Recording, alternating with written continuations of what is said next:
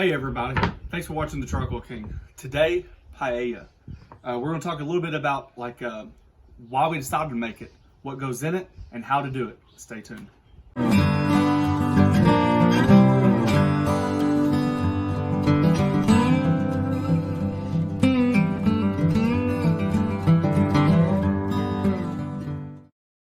Let's go show them the grill real quick. All right, so I've already pre-lit my grill. And as you guys know, follow my other videos, I always like to put my charcoal on one side of the grill. And that's exactly what we have here. The charcoal is basically on half of the grill, which to me creates a two-zone effect. So right now, we're getting our Lodge Paella 15-inch carbon steel pan preheated. And we're not going to use any oils because we're going to allow the meats that we're choosing today to go into the paella to render the fat. And as you know, fat is flavor. All this is flavor. Yummy, goody. And anyway, so that's going to be the paella today. We've got chicken, we've got chorizo, we've got shrimp, and we've got mussels. And I'll tell you guys something a little bit about these mussels later. All right, so you can see that it's smoking around. This is really what you want. And the benefit about doing this outdoors is you don't have to call the fire department to let them know you're cooking. Because what you want to do is develop that crust, the browning. And you're going to get that with the fat from these chicken thighs. I didn't even salt and pepper the chicken thighs, and I didn't add any oil to the cast iron or the carbon steel. I'm gonna let that fat render out, and all that goodness is going to develop that deep brown caramelization color that we're gonna be looking for. All right, wash my hands a little bit of chicken, because you know what happens when you touch poultry. You gotta wash your hands. I love these little Lysol wipes. All right, let's move on. What kind of ingredients are we going to put in it?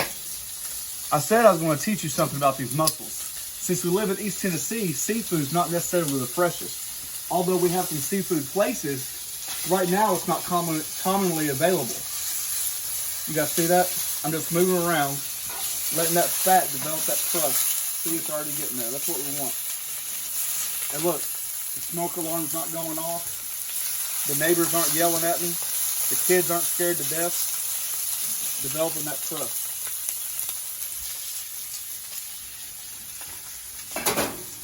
All right, so let's get to the mussels. We found this box of frozen mussels. I know you guys are going to go ballistic, the people that really want authentic paella, but this is as close as we can get. We've had them before with linguine. We enjoyed them. They come in a white wine sauce. And I'll tell you what, that's the way we're going to use it. Show us the box. Oh yeah, the box. I don't even know if I have the box. Do I have the box? I think it should be down there.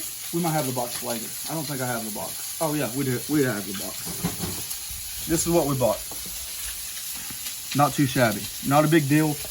Just like the farmers in the old days in Spain, they probably had what they had and they just used their local ingredients. I know asparagus goes in it, artichokes, green beans. Some say to use tomatoes. Some say tomato doesn't go in it. Some say onions don't go in it. But paella just seems like it's just a world of developed flavor. And the deeper you get the flavor, the richer the rice flavor is going to be, and the better the paella is going to be. So I'm going to let this chicken go just a little bit more.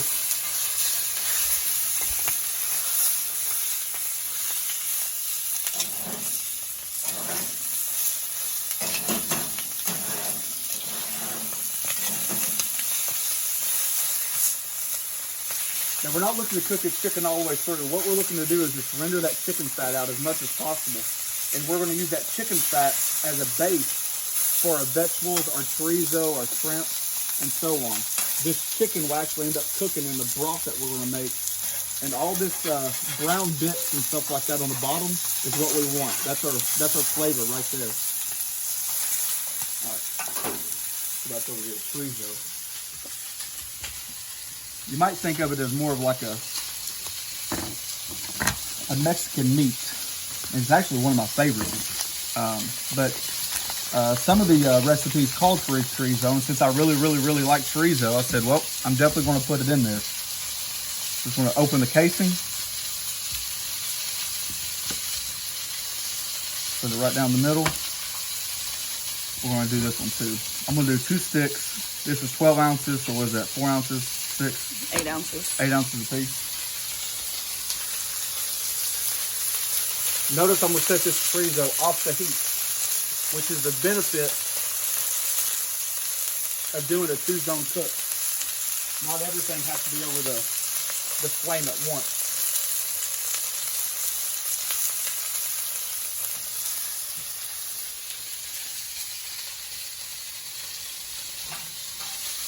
Oh, there we go. That's what we're looking for. It's really hard. You know, the reason why people use chicken thighs now versus old, I'm sure the old days when they started doing paella, they just cut up a whole chicken, probably a rooster or an old hen that wasn't laying anymore. But chicken thighs can absorb so much pressure. They're so fatty, they're so juicy that you can cook them for long periods of time. You can sear them, you can fry them, you can bake them. And it's really hard to overcook because of the amount of fat that goes through it. So that's why a lot of people like the idea of using chicken thighs in a paella.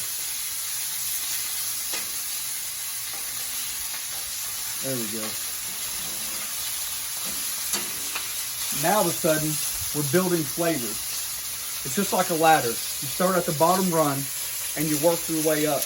And once you get to the top, you feel like, oh crap, what have I done? It's too high for me. I can't stand heights. But this is like flavors. You build it. And so right now, not only is the chicken cooking in the chorizo's cooking in the chicken. And so everything we put in here from now on is just going to be a building block of flavors. I don't want to mash up the chorizo too much. I kind of like it chunky. So you got to be careful. Move our chicken off a little bit. Let that go. Is it hot out here? It's a scorcher. It's got to be 85, 90 degrees. So if you guys see me sweating, I'm sorry, but this is really how it goes. Just like in the kitchen, when you're in a hot kitchen, you can't control it. All right, let's look at the ingredients. What do we want to do? So we're going to add our vegetables. Today's vegetables are going to be peas. We got some already, is that roasted? Yep, roasted bell pepper. We got some fresh bell pepper, some onion. We're going to do a little green onion for garnish. We've got some lobster stock over here that we had stuffed lobsters the other day, and I made a lobster stock out of it. And other than that, we're just going to start building the flavors and see where we can take this thing. The bell pepper, because that's what we had. When our garden gets going and we decide to make this again, it'd be nice to pull some vegetables from the garden and put in here. Just going to take the white pits out of the bell pepper just really quick. It could be a rough chop. There's nothing really fancy about this. It cooks so long that basically most of your vegetables are going to break down. And it's not necessarily important to have the world's greatest. I'm sure the farmers in the old days in Spain didn't have trained culinary skills. Neither do I, but while they're cutting up their local vegetables. I'm gonna tell you what, this is the sound. Oh, don't be modest. You do. You were trained, honey. Don't be modest. Just the sound of paella sounds good. I mean, basically, it's meats, vegetables, and a saffron broth, usually with some kind of stock, cooked in rice, and the rice gets this thing called a sofrito.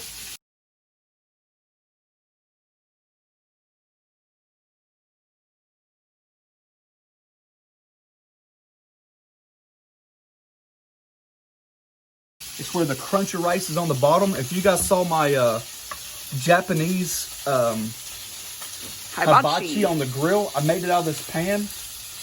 And what I was looking for was that crispy rice. And I love it when they do it at hibachi steakhouses and stuff like that. And this, it really reminds me of that idea there. It's where the rice just gets a little bit crispy on the bottom and it really helps develop that crust.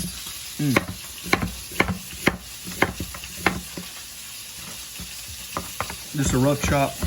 We're going to add these next. We're going to save the green onions a little bit for the garnish. We'll go and cut those real quick. Let's take the tips off.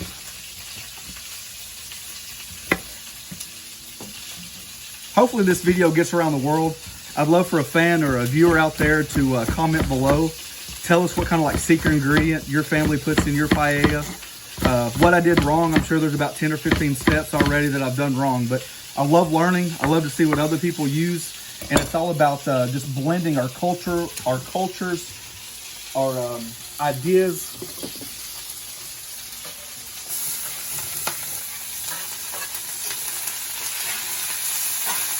Oh yeah. Man, I wish you guys could smell this. This fat rendered from the chicken. Look at that deep color right there from the chicken. I don't want to get too close. Hey. It's hot. I'll tell you something. This right here is already, we're already doing it right. I'm telling you that right now. Already doing it right. All right.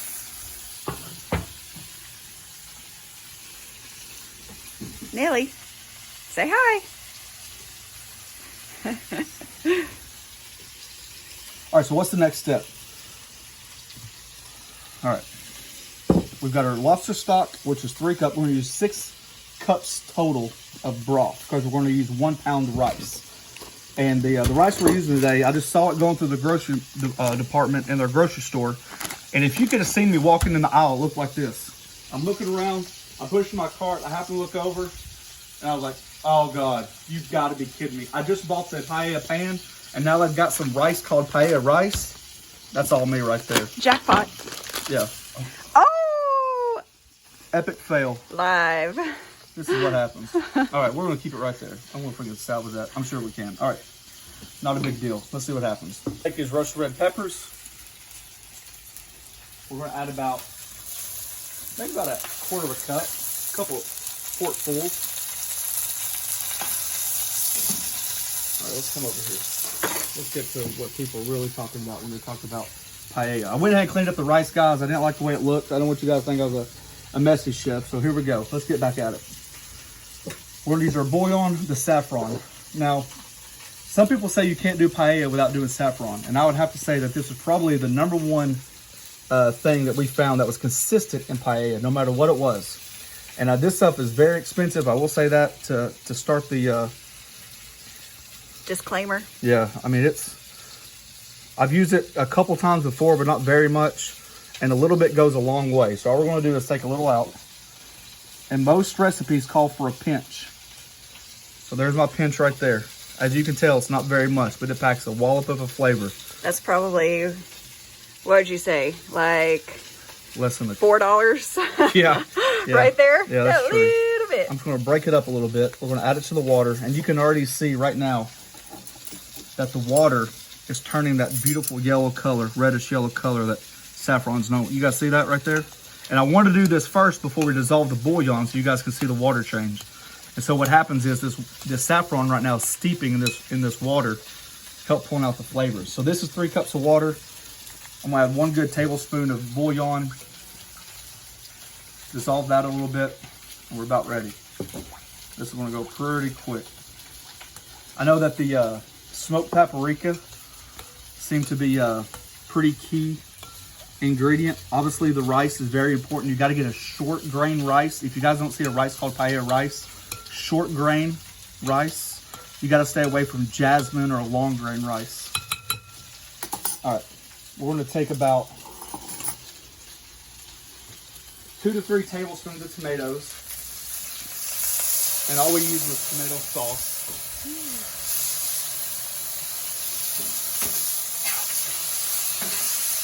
That's going to help with the coloring and the caramelization.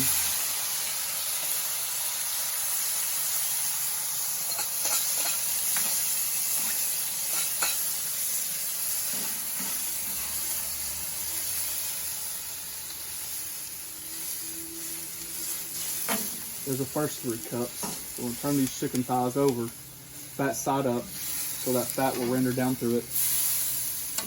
Hot now, hot now. It's super hot. Yep. You guys can see how this side is going to be hotter than the other. That's important to know when we're cooking this, so through the cooking process we can rotate our pan for even cooking. All right. Hang on. It's killing me going back and forth. Killing me going back and forth. Okay. We're going to add our lobster stock. Now, how did you make lobster stock real quick? Oh geez, what the question is why or how did we have lobsters? So let me tell you about these stuffed lobsters. I posted an image on Instagram a couple days ago, or Facebook if you guys follow me that way. We bought 6 lobsters. There's 4 of us. I took 2 of the lobsters, I boiled them, cracked open the claws, cracked open the tail, chopped all that meat up, added about 2 sticks of butter, some celery, some onion, just a little bit of garlic, some lemon, and some Old Bay. and tons of rich, no, I wouldn't say tons of rich crackers, but we used buttery rich crackers. And then from there, we folded that lobster meat in, split open the rest of the lobster, stuffed it, and then baked it. Oh my God. I'm still going over how good it was. A lot of family commented and said, thanks for the invite. Thanks for the invite. And I said, well, maybe next time. But that's actually how we made the lobster stock. So what I did, I just took the extra shells, especially from the 2 lobsters that we didn't use, and just filled up with water, add some celery, some black peppercorns, some onion and carrots, and just cooked it and cooked it and cooked it and cooked it. When you do that, you know, your water is going to reduce a little bit if you don't put a lid on it. And that's what I wanted, is to really condense the flavor of the stock. And I knew that we had planned this in the future, and so all we did was just save the stock, and we froze it, and then when it was time to use it, I just thawed it out again. Remember, I'll tell you what, remember the time that we made the shrimp boil, and I said that stock is too good to throw away? That's a good reason right there, because you never know where you're going to use it. All right, so over here we're going to take the cap off a little bit. I'm going for about, let's see how much that is.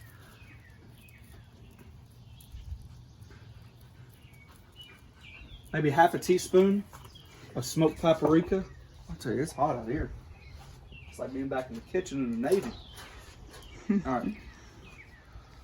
Let this heat up a little bit. Now, just like anything you do, this is the time to check your flavors. We haven't salted it. We haven't peppered it. Salted it? Yeah, salted it or peppered it. Those are 2 different things than salt and pepper. That's what you do when you're trying to develop your flavor. But I know one thing. You can tell how rich that stock is. And all that flavor right now is going to be absorbed in the rice. And that chicken, those chicken thighs are just going to cook. Look at all that. Just look at that. Just open your smell-o-vision. Oh, your pan's about to overflow, honey. No, it's good. It's good. It's good. All right. Let's taste it.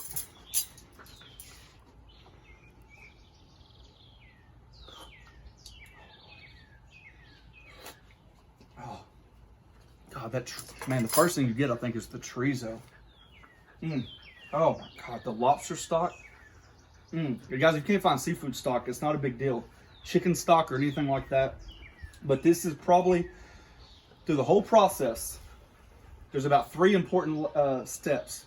The first step is get a really deep, what do you call it, caramelization on your meat, because that's when you're going to start adding the flavor profile for the rest of the paella. The second is the broth. No matter what you add, chorizo, no chorizo, shellfish, no shellfish, is this broth has got to be where you want it, because once you add the rice, you're not supposed to touch this. So what happens is the rice will start absorbing this liquid, okay? And then on the bottom of our flame, close to the pan, it's going to start sticking. And that's called a sofrito. It's like the #1 thing that people go after when they're talking about paella. It's just that richness, that deep, deep, deep flavor that a lot of people look for. All right, so we got shrimp we're going to hold off. So the next part is, we didn't add any garlic. I got to tell you, we had garlic out here. Did I add garlic? I don't think you added garlic. I don't think it needs it. I can be honest with you. I don't think no garlic? All right, so we're just going to add our rice. Move this chicken thighs around. We're going to open our peas, because this is a good time to add our peas. Now, we use frozen peas. Once again, we didn't have the availability to get fresh peas. If you had fresh peas, this would be a good time to add it, you know, when you're doing your vegetables. But we don't want to overcook the peas and make a mush out of it, so we're going to add it right now. So while this broth is cooking, and we know our chicken's been on there a good ways. That broth is better than I thought it was going to be. We're just going to sprinkle our rice around. Try to make it as even as possible. I know it seems like a lot of liquid, but when you're doing a paella, your ratio changes. It changes from a 2-to-1 ratio of rice and water to a 3-to-1 ratio. Just so you guys know. So what we're going to do,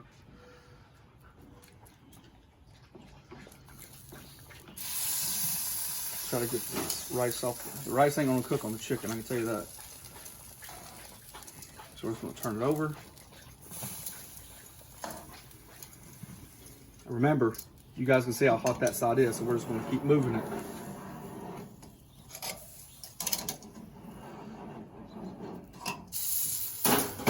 Now remember, you're not supposed to touch it. So at this point, all we're going to do is a vroom, vroom, vroom, and a zoom, zoom. We're going to add our peas, because when the rice cooks, these peas will sit on top. We're going to use about a cup of peas. You guys can use more or less as you like. We're going to add our a little bit more of these bell peppers. Just scatter those around.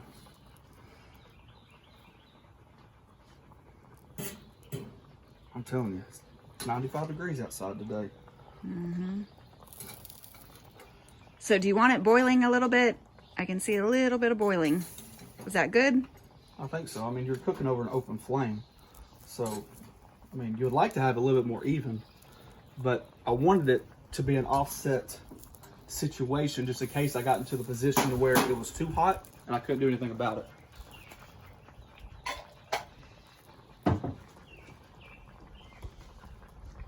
Ooh, that's hot. Regardless of what the people say when they're talking about authenticity and stuff like that, I know for a fact that people that scream, that's not authentic, you didn't use this ingredient, we never use that ingredient, are using a propane paella position to cook paella, you know, like one of those units. And I'm thinking the people sitting in the field, you know, 400, 600, 800 years ago make a paella, didn't have the propane technology either. So it's really all about what you have and what you can use. All right, so when we come back, I'm gonna just start rotating this around, just keeping a good eye on it. The rice is gonna start to absorb the liquid, the stock. I'm gonna estimate about 15-20 minutes, and when you guys see us come back, it's gonna be close to eating time. All right, we're looking at about maybe 10 minutes from the last time I saw you guys. I've been constantly rotating about every 3 to 4 minutes, just watching it, and I said it's gonna take about 15 to 20 minutes. You guys can see it's already thickened up really nicely. I haven't stirred it, which helps that rice on the bottom develop that deep flavor. But what we are gonna do is add our seafood. I am going to leave the shells on my shrimp, only because I feel like the shells are going to help with the flavor. Some of my videos, I don't know if I've done it once or twice, but I do know in the shrimp boil video when I say if you have frozen shrimp and you thaw it out, save the juice. Do not throw the juice away. That's something, that's flavor you can never get back. All right, so we're just going to place our mussels.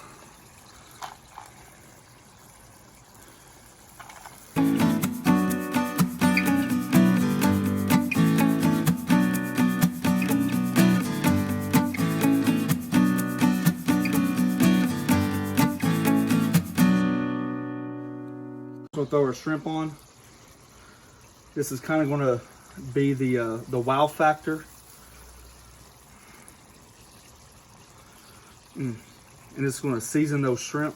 I mean the rice. Would you say that's a pound of shrimp, probably? Yeah, I would say it's a pound of shrimp. We got lucky at the grocery store not too long ago and found shrimp for what, $4.99, $4.98? $4.99 a pound. $4.99 a pound. Good sized shrimp too. Yep. It's not salad shrimp. No. Nope. All right, there we go.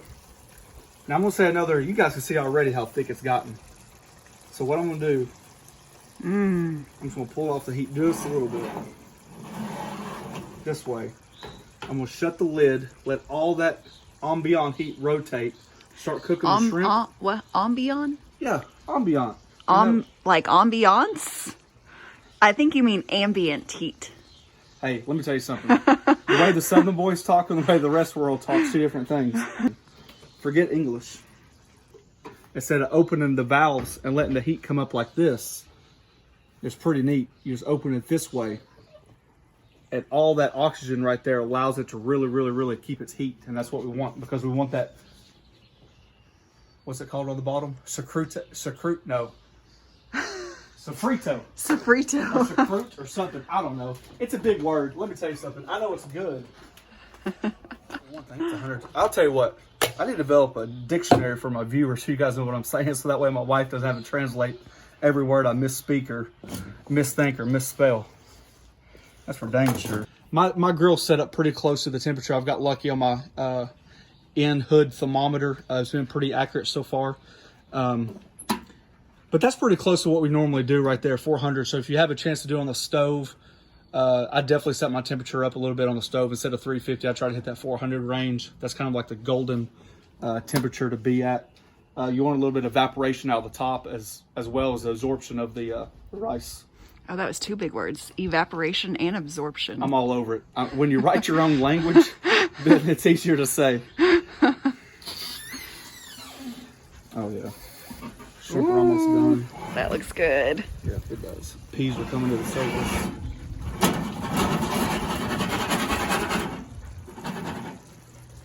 Just go a little bit more. I'm actually going to keep it uncovered so that heat really builds up. You guys can see, let me show you something. When I shake it, you guys see how that's a little bit stiffer than this? So we probably should put it like that. But when you shake it like this, you notice that we haven't developed that crust on the bottom yet because it's so loose. Once this tightens up and that moisture escapes, that's when it really starts cooking. And you can see that our shrimp are, even though they're pink, they're close to being done, but some of them aren't quite there, which means we're probably pretty close time-wise on our mussels and on our shrimp. So we're just gonna let that go, and when we come back, we're gonna see the finished product. It's 115 degrees. Probably because I'm out here. Ooh, you know it, Big Daddy. Leave it alone, leave it alone. Let it cook, let it cook. I just want to taste it. God, you know it looks good, look at it.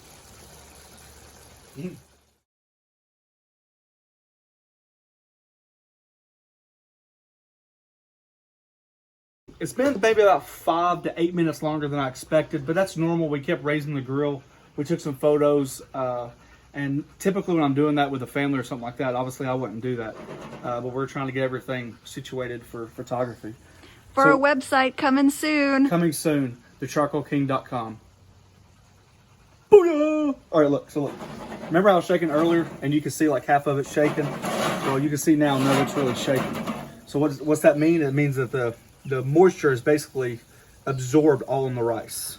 So what we're going to do now is we're going to take this whole pan, we're going to set it on our trivet, we're going to cover it with aluminum foil, and we're going to let it rest for at least another 15-20 minutes. That's when the everything softens back up, it reduces the temperature, and that's when you can really serve it to the family. You know, you can't just eat it right out of the pan right now. It'd be super hot. So this is what we're going to do. Tin it. Ooh, that pan's hot. Woo! Let all those flavors come together, cool down a little bit. And when we come back, the best part of the whole day, the bite. All right, guys, moment of truth. So we've had it resting for about 15-20 minutes. We let all that rice absorb back into it. Oh my gosh. We're not even talk about it. We're gonna do it. Let's see what happens when you get this spoon. Oh yeah.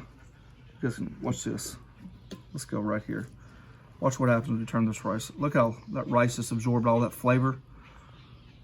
And all that crusties on the bottom. All that flavor just developed in the rice. Golly, it's time for a bite. Oh, I love that part. I love that part.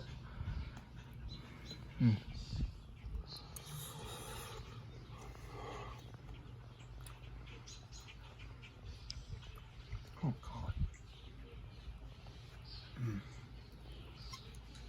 We might have to shoot this back over again. God, that rice is good.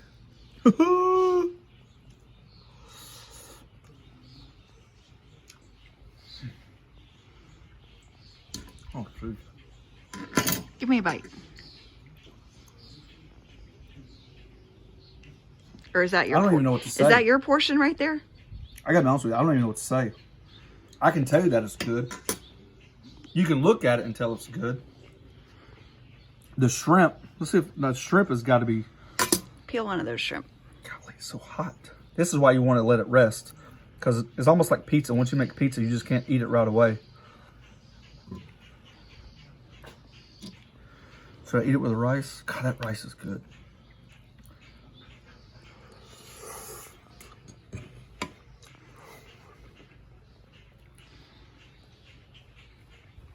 Tell us about it.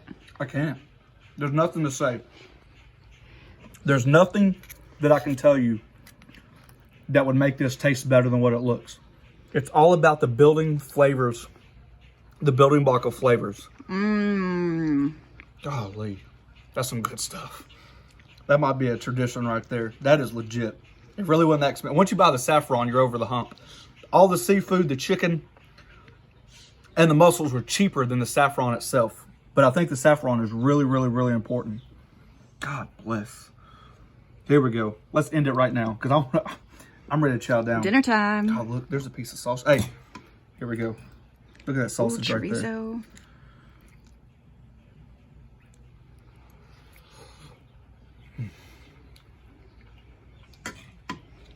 We're gonna have a glass of white wine with this tonight. Hey guys, thanks for watching. Don't forget to press that subscribe button.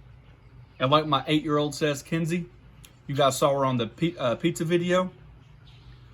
Smash that subscribe button, press that notification button, and we'll see you next time. Peace. Yo, let's get started on this thing right here. God, look at this stuff. I can see why a family would enjoy this. Everybody comes around and gets what they want.